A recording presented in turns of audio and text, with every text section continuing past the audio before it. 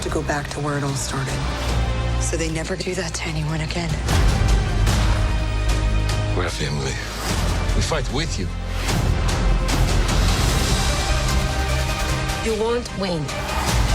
I've always found it best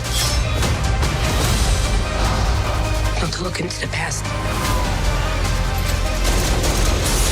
Okay, you got a plan, or shall I just stay duck and cover? My plan was to drive us away. Well, your plan sucks.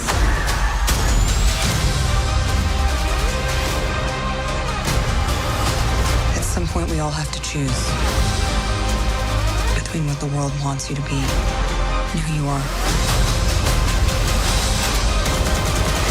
I made my choice. I'm done running.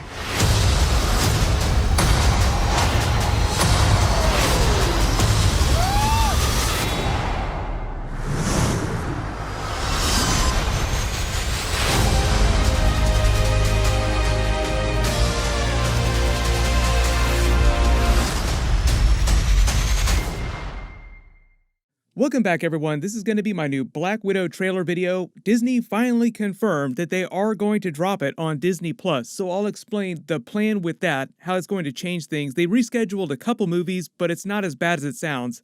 I'll also explain how Black Widow is connected to some of the Marvel Disney+ series like Falcon and Winter Soldier, and it's going to overlap with the Loki episodes as well with its new release date. So I'll explain how that's all connected. If you're brand new to the channel, be sure to subscribe to get all the videos. We're in the middle of Falcon and Winter Soldier episodes right now. That's going to run for the next couple of months. And careful for spoilers from Falcon and Winter Soldier episode 1 if you haven't seen that yet, because I'll be talking about some Easter eggs that show up during that. But what's going to happen with the Black Widow movie is that Disney Plus is releasing it on July 9th for an extra $30, like the Disney Premier Access, like Raya and the Last Dragon movie. But it'll also be coming out in theaters on the same day. So in July, most theaters will probably be open again around the world. You can choose how you want to watch the movie. If you want to go see it in a theater, or if you want to watch it in your home and pay an extra $30. But after that, pretty much all the rest of the Marvel movies for the rest of 2021 into 2022 will just be coming out in theaters like they regularly would. So the new schedule now is we have Black Widow coming in July, then Shang-Chi was delayed just a couple months to September, Venom 2 is coming in October, Eternals is still in November, that's not moving. Spider-Man 3 No Way Home is still coming out in December, that's not moving either. So really the only big changes here are that the Black Widow movie and Shang-Chi just moved a couple months, not a huge deal. So now Black Widow is going to overlap with the Loki episodes on Disney Plus in July. I can't count the number of people who have asked if this woman in the Loki trailer is Black Widow sitting on Vormir because the sky looks all purple like the skies of Vormir. Yes, the Disney Plus series will cross over and influence the Marvel movies, but no, this is not Black Widow, Natasha Black Widow. This is a version of female Loki from an alternate timeline, alternate universe. She's being played by this actress here. So I think it's just the fact that she's really blurry and she has blonde hair that people think that she's Black Widow. The Loki series is a time travel multiverse series where he has to go around capturing alternate versions of himself, alternate Lokis from other realities, to stop them from messing with alternate timelines. They've started to release more clips and trailers for that recently, but the scene that everybody keeps asking about, this female Loki scene, this is her sitting on a future version of Earth that just completely gone to crap because of what she's been doing. The whole idea, if you watch the Loki trailer, you notice that it seems like all these different versions of Earth just wind up in complete disaster. Like you see the rubble of the Avengers tower in the background here. Like what has happened in this alternate timeline with this version of Loki to lead to this? And it's the Tesseract Loki that's wearing the jacket here that you see drop down that has to go around stopping the alternate versions of himself. Like who better to take down Loki than another version of Loki? It's just that these alternate versions, like female Loki, the other Lokis, they're all way worse than the Tesseract Loki.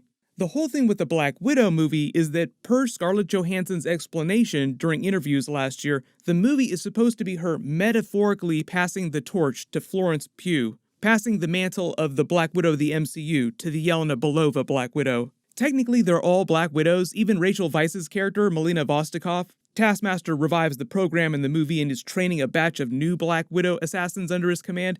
It's just that in the future Marvel movies, Marvel Phase 4, the Disney Plus series that she crosses over into, Yelena Belova will be the new main Black Widow. We'll see how the other characters interact with her, because they've already confirmed the next crossover for her is going to be the Hawkeye series, and that's going to be happening later this year in the fall. You just have to imagine how she's going to react when she finds out that Hawkeye let Black Widow sacrifice herself on Vormir. Like, what? You let her kill herself? How dare you? I do not think that she's supposed to cross over on Falcon and Winter Soldier, though, but there is some crossover story and connections between Falcon and Winter Soldier and the Black Widow movie in present day. The Black Widow movie mostly takes place in the past because Natasha is dead in present day after Avengers Endgame, and there's no secret plot to bring her back to life or reveal some weird face swap situation where somebody else sacrificed themselves on Vormir. Not going to bring her back in present day, but they did say that they might do more Black Widow stories, more Black Widow movies potentially set in the past if they ever decide to bring her back, but it would all be flashback stuff. This movie mostly takes place right after Captain America Civil War, and the main story, at least just the main portion of it, ends just before the beginning of Avengers Infinity War. There are probably some more flashbacks to her as a little girl coming up through the Red Room program just to tell her origin story. And then there's some implied post-credit scene stuff, some rumors that'll be taking place in present day, so the movie's going to hop around in the timeline, but for the most part, it takes place between Civil War and Infinity War. And I'll also explain all the family talk during the trailer too. There's this story about them being a family that takes place before the events of the Black Widow movie that I'll talk about, and there's the Budapest stuff that she and Hawkeye kept referencing in the Avengers movies. They'll also cover that stuff too. But mostly the story is her just going back to Russia because she learns Taskmaster has restarted the Black Widow program and she wants to stop that from happening. And just part of her going back to her original home in Russia is dealing with all the past trauma that she experienced in the Red Room, all the red on her ledger. She's finally dealing with that the same way that Scarlet Witch finally had to deal with her own reckoning with her past and her trauma in the Wandavision episodes. So they're doing the same thing for Natasha in the Black Widow movie that they did for Scarlet Witch in the WandaVision episodes. Except Scarlet Witch isn't just going to go off to Doctor Strange 2 in a hot minute and die. Yes, it should go without saying that they should have released the Black Widow movie way back during Marvel Phase 2 right after they introduced her character in Iron Man 2. But the connection in present day with what's happening on Falcon and Winter Soldier is just rumored to be Thunderbolts setup and possibly the Weapons Plus Super Soldier Serum storyline. Like we just met the new Dark Captain America, John Walker, aka US Agent from the comics.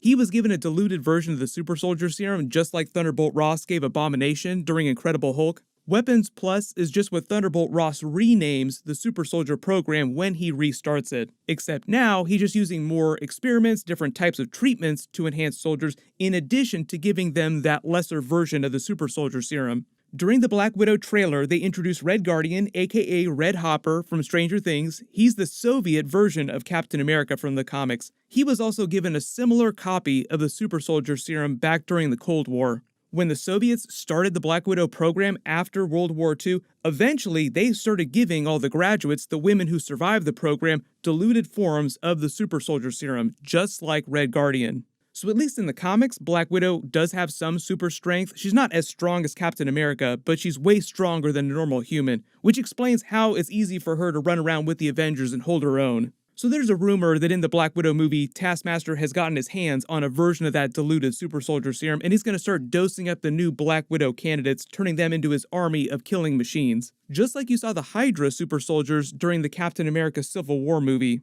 But just to be clear, Hydra was completely separate from the Black Widow program. So while all this stuff with Winter Soldier and this secret Hydra base way up in Siberia is happening inside the Soviet Union during the Cold War, all the stuff with the Black Widow program, Natasha's Black Widow, all that was being done by a completely separate group inside the Soviet government. If you watch the Agent Carter TV series with Peggy Carter's character, they did actually include some flashbacks to the origin of the Black Widow program, so maybe we'll see a little bit of that during the Black Widow movie.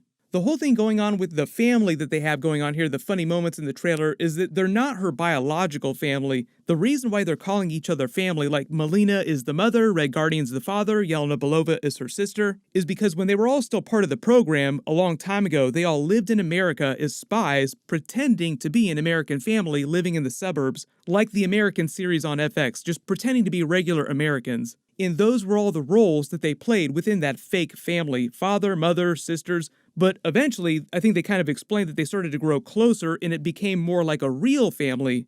But the whole theory with the post-credit scenes, just connecting back to the Marvel Disney Plus series in present day and the Thunderbolts stuff, is that sometime, maybe at the end of the movie or in the post-credit scenes, Thunderbolt Ross will offer Taskmaster and maybe Yelena Belova clemency on their prison sentences for all the crimes they committed if they work for him. and they'll just sort of use it as a reverse Nick Fury Iron Man 1 post-credit scene where he came to tease the Avengers, only they'll be teasing the Thunderbolts.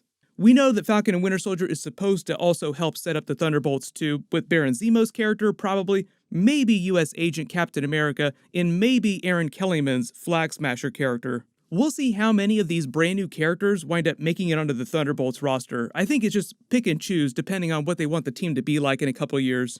But everyone, let me know what you think about them bringing Black Widow to Disney Plus down in the comments. In my Falcon and Winter Soldier Episode 2 video, we'll post on Friday just like normal. So everyone click here for my full Falcon and Winter Soldier Episode 1 video if you haven't seen that yet, and click here for that brand new Falcon and Winter Soldier Episode 2 trailer video. Thank you so much for watching, everyone stay safe, and I'll see you guys tonight.